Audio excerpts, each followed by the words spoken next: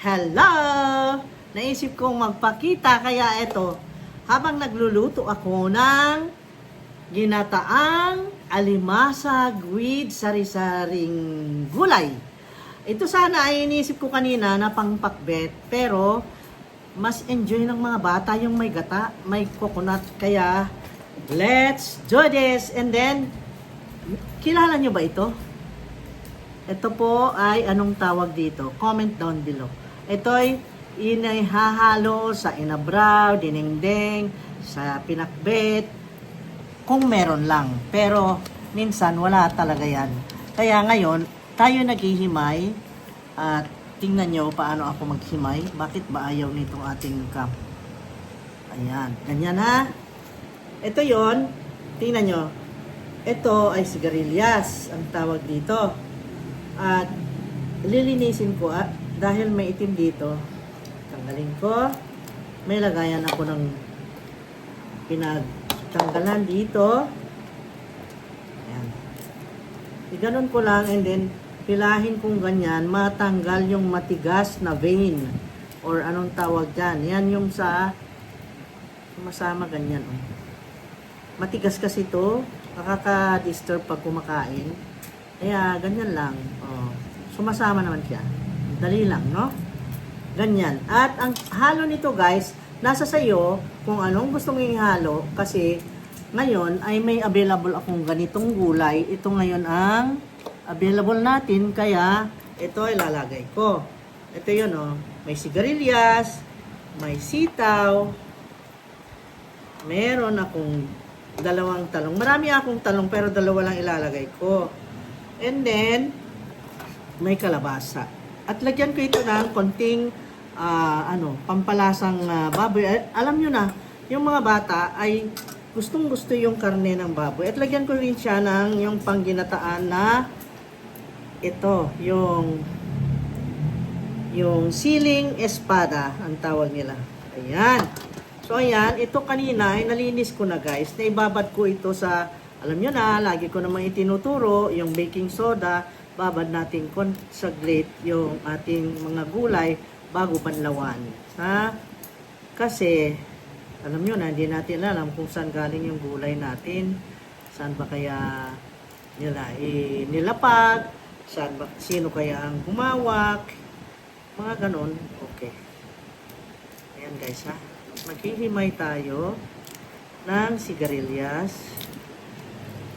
At ito ay tapos ko na oh. Nahimay ko na itong kalabasa. Ang sarap ng ating tanghalian today. Okay? Okay. Mamaya ipakita ko doon sa kabila. Ang sitaw. Wow. Ganun yun. Ganun lang oh. Oh. Pag merong lumabas na ganon, ay tanggalin. Kasi matigas. Parang sa sigarilyas ganun din.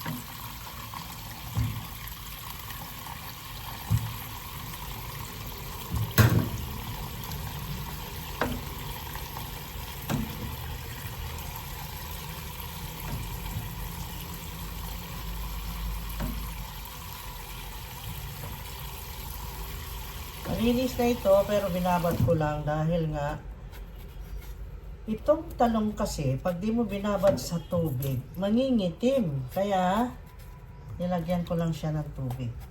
No? Ganyan. Ganyan.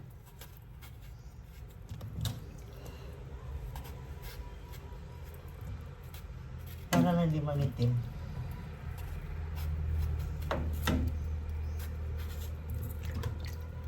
Ayan. Okay. Oh, ready na. Tapos dito, meron akong pork. And then, dito naman ay meron akong itinabi na alimasag. Ayan. Yung pinaglalagyan namin ng crackers, yung binibili kong crackers guys na may mga boxes na ganito ay itinatabi ko at yun ang pinaglalagyan ko ng mga tira-tira naming pagkain at ilagay sa rep. Ganyan. Kaysa naman bumili pa ako. Eh, ang laki oh. Ang ganda. So, yun. Magluluto na tayo guys.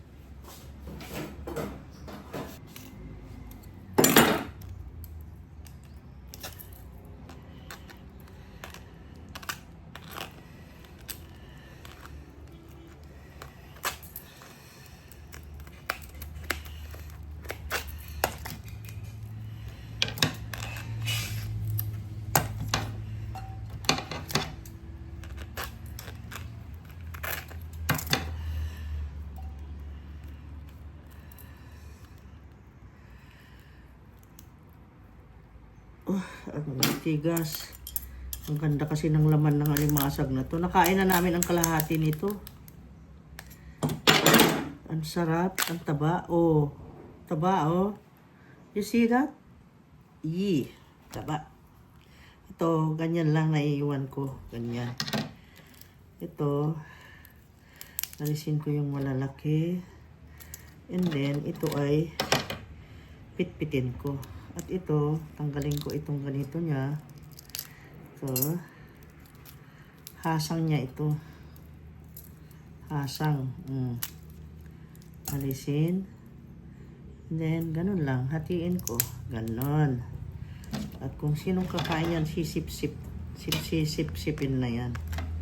Okay? Ganun lang. Ganun lang. Dali lang. Ang tahimik. Ang tahimik ng mundo, ako lang ang nag-iingay. Naghihimay ng alimasag. Oh my gosh. Oh my gosh. Matigas. Pag matigas-tigas na ganyan, ibig sabihin, mataba ang alimasag. Mataba ang alimasag.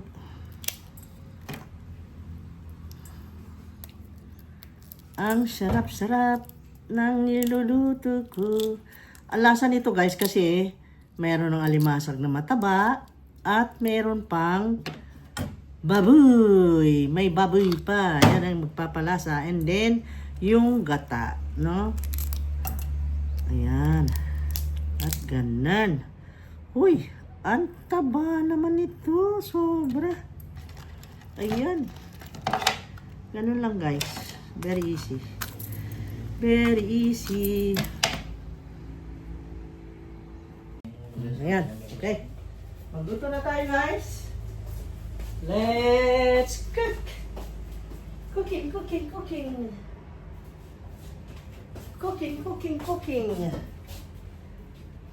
Ayan. Oh, excited to show you this dish. The very, very delicious dish. Ano ba ito? Ayaw naman. Nasaan ba yung gasol? Ayaw niya.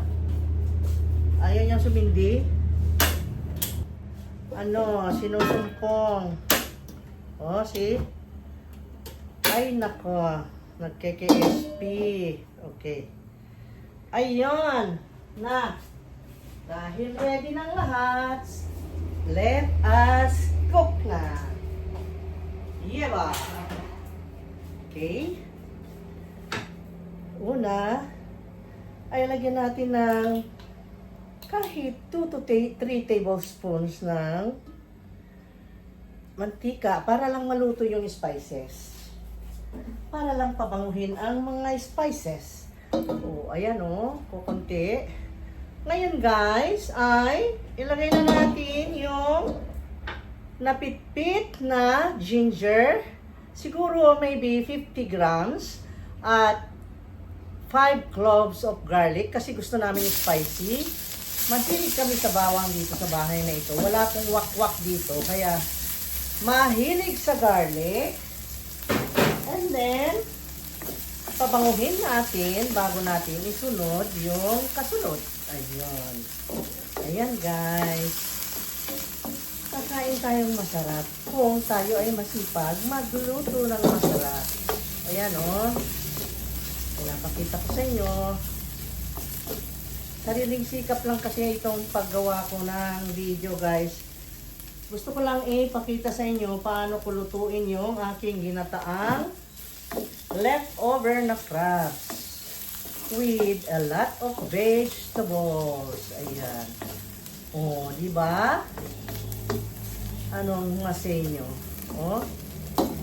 Ayan. Ang bango-bango na ng ginger at ng garlic. Alam niyo ang ginger kung anong benefits nito may bibigay sa ating katawan. Ito po ay maganda sa mga inuubo. Ito po ay maganda sa mga nagpapapayat. At ito po ay para sa digestive natin, digestive organs. Tutulong siya sa anong pangalan nun? Paggigiling ng ating mga kinain. At ito namang bawang ay ganun din. Mabango na, magbigay na ng bango sa ating niluto. At ang benefits nito ay para sa cholesterol at pababain niya ang blood pressure. Ayan, ang ganda, di ba? O, sa pagkain pa lang healthy na. Okay, itong sibuyas, dahil mabango na at nag-brown-brown na yung garlic, ay ilagay na natin si sibuyas. Okay. Ayun. Pwede rin isabay ang sibuyas. Nasa sa inyo yan. Walang problema kung sinong mauna at mahuli. Pero, alam nyo dito sa Pinas, ang practice natin ay mauna ang garlic bago ang sibuyas. Hindi tulad sa Europe na ang mauna ay ang sibuyas bago ang garlic. Pilipina tayo, kaya ganyan ang sistema. Ngayon, lagay ko na rin ang kamatis para magkaroon siya ng asin-asin at magkaroon tayo ng vitamin C. At yung onion naman ay maganda rin yan para sa mag-drive away ng mga, kung halimbawang may mga hindi ka nais-nais na mga bakterya sa loob ng tiyan, yan ay lalabanan ng onion. Alam niyo po ba yun? At ito namang tomato ay kargado ng lycopene na nakakabuti sa ating heart. At nandito na yung ating heart. Ayan. So, yan. Hintayin natin lumambot, maging saucy. Palambutin nating maigi yung kamatis dahil gusto natin lumasat yan. Yung kanyang asim at tamis.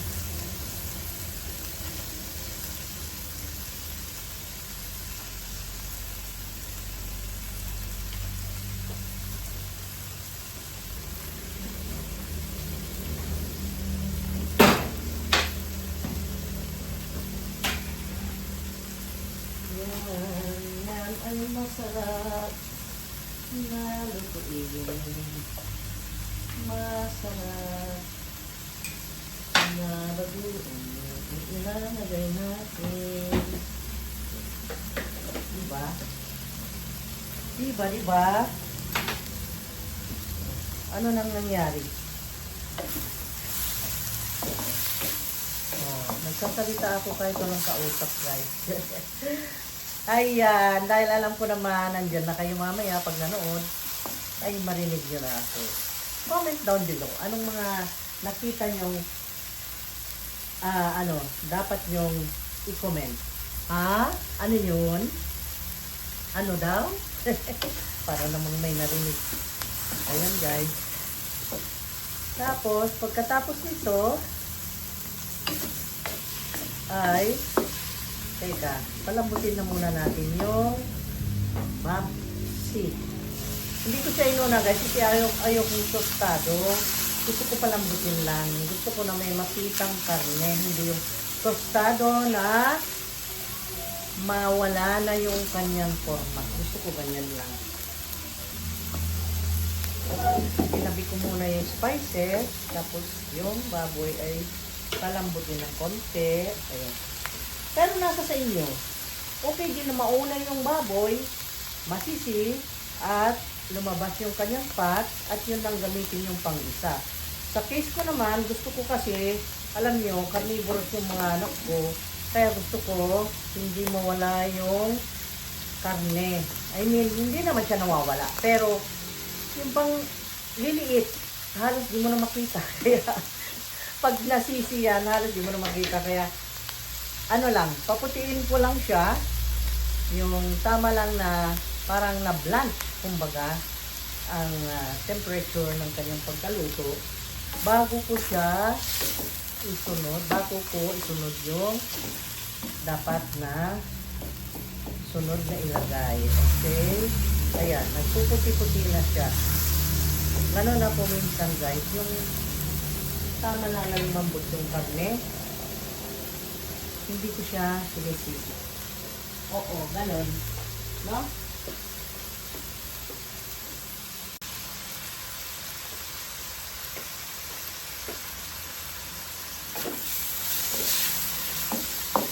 Ayan, puti-puti na ang ating karne. Kita nyo, pumuti-puti na siya. So, wala na yung pagkapula ng ating karneng baboy. Ganyan lang, para malambot kainin mamaya. Ganun lang guys, hindi ko siya sinisisi. Dahil wala siyang kasalanan. Hindi ko siya sinisisi kasi wala siyang kasalanan. Nagpapatawa, di naman kalbo. Ang saya-saya ko dito. Okay, mauna yung matitigas na bagay. Matitigas na bagay ay ang kalabasa. At, teka muna, nakalimutan ko yung ibibida kong ihalo dito guys. Kaya medyo matigas yung kalabasa, kaya inunod ko. Pero teka lang. Haluin kong mabuti. And then, ilagay natin yung ginawa kong bagoong guys. Amuyin mo yung bagoong na gawa ko. Ang sarap ng gawa kong bagoong guys. Nakita mo? Ito ay gawa ko. Madali lang gumawa ng bagoong. Kaya gumawa na lang kayo kaysa bumili. Bukod sa mahal, ay safe pa kayo dahil alam niyo kung paano nyo ginawa. No? Lagyan ko siya nito. Ito na ang pinangpapatis ko. Ito na yung patis ng bagoong ko.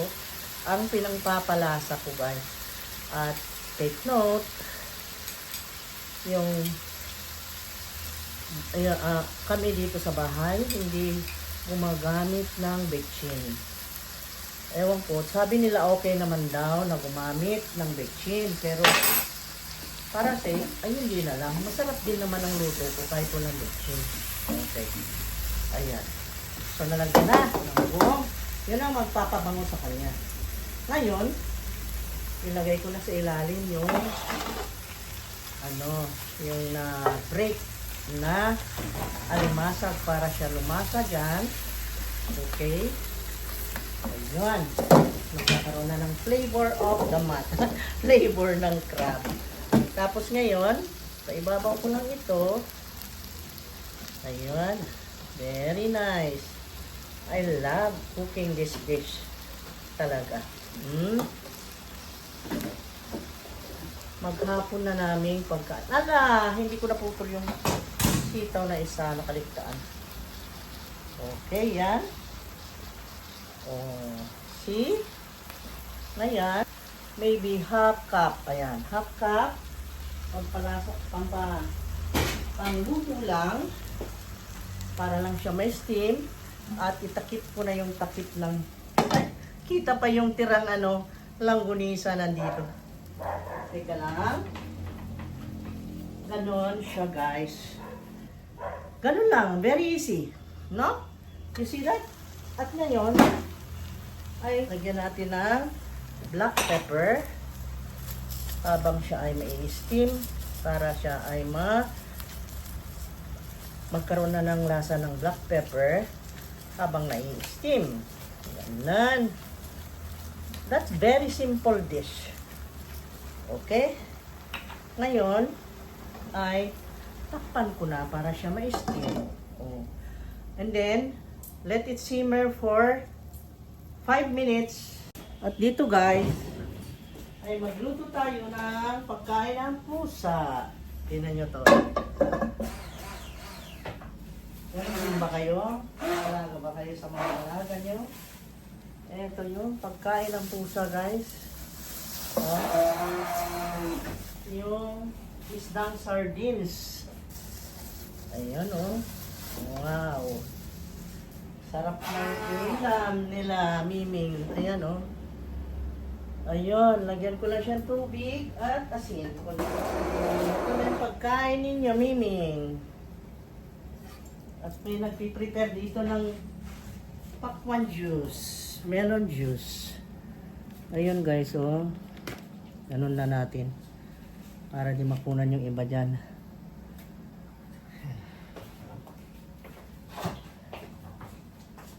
Ayan. Malapit nang maluto. Okay.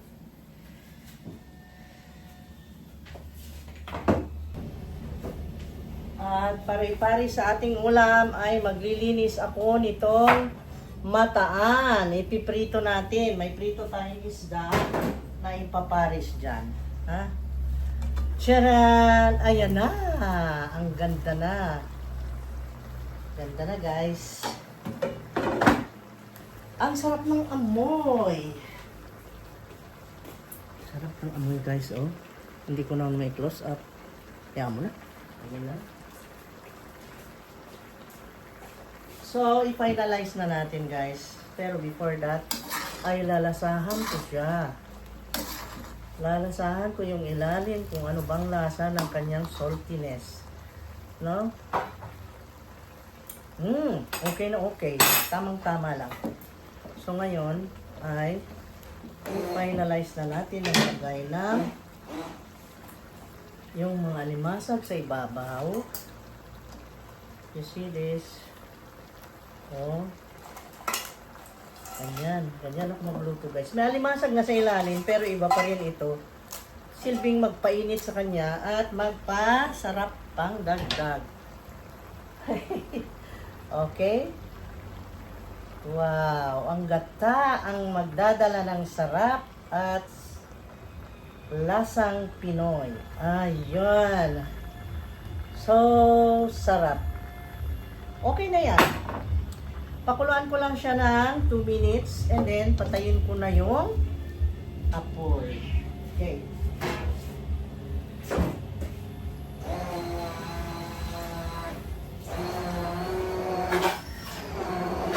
Wow, sarap ng juice. Pakwan juice is the best. The best. May gumagawang pakwan doon, hindi ko lang ma-close up. Patayin ng apoy. Ayun. Okay. Sarap. Yummy, yum, yum. Yummy, yum, yum, yan. Tingnan natin ang nasa loob nito ay gulay. May mga surprises sa loob na may gata, may pork, sitaw, squash, sigarilyas at saka siling espada with bagoong. That's it and let's eat! Ayan, nakatapos ako ng isang lutuin at ngayon ay dahil sa mainit ay ipinaghanda ako ng anak ko na awa. pinaghanda ako ng pakwan. Kain tayong malamig na pakwan, kasarap.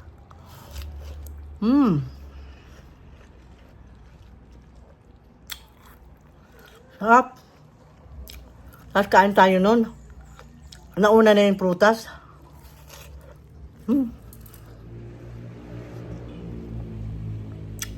Thank you so much for watching. Abangan kung ano na naman ang mauulam natin kung may budget. Pag may budget, masarap ang ulam. Ayun. Thank you so much guys. Love you all. Ito na yung finished product ng ating niluto guys. Sineperate ko ng lagay sa tray ito. At nagluto ng dagdag na ipares natin dito dahil masarap kung may pritong isda ito. Okay, let's eat!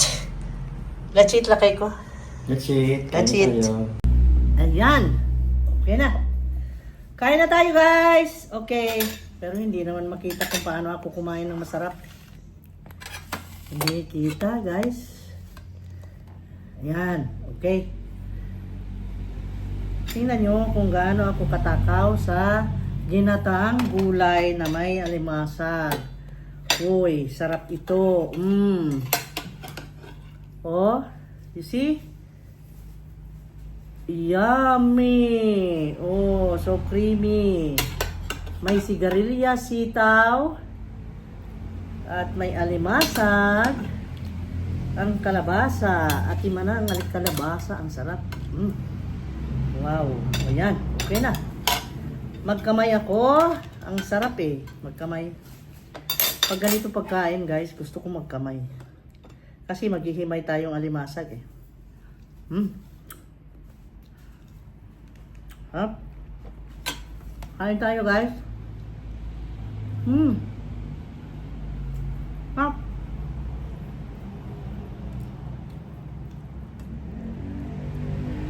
Kalabasa. Sarap ng kalabasa oh. Kain na lakay ko.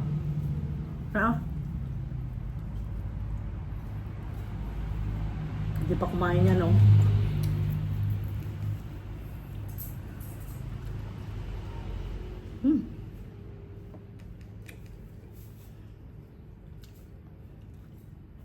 Tapos, may pritong isda.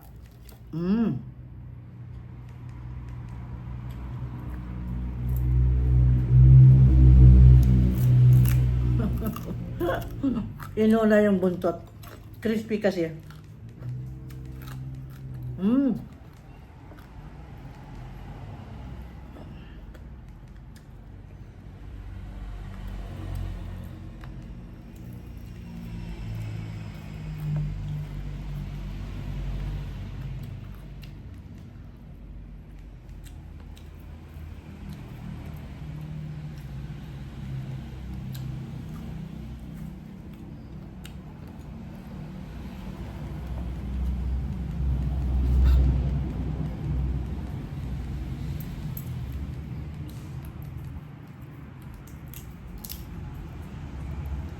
Ito yung alimasag.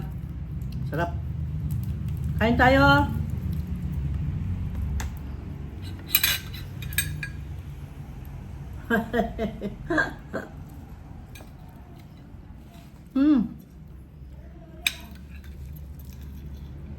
Sarap guys.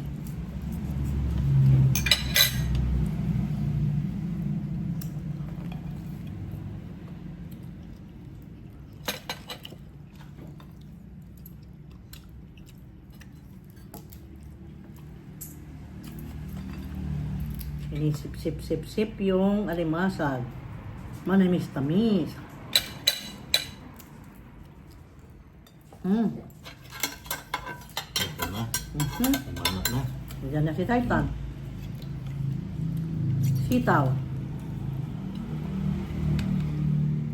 Sigarilyas.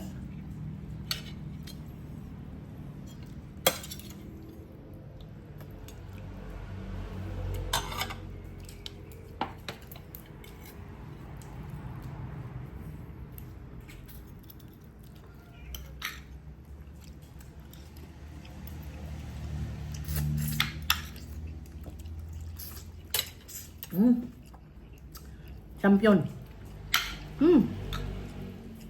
Champion guys, sarap. Tapos, pritong isda. Ay ko, ang init. Ang init. Bagong luto.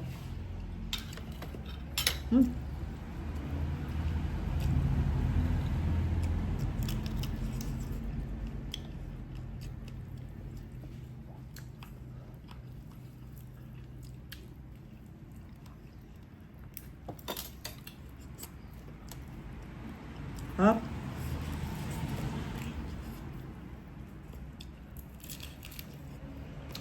That's it. Okay, thank you. Pindot.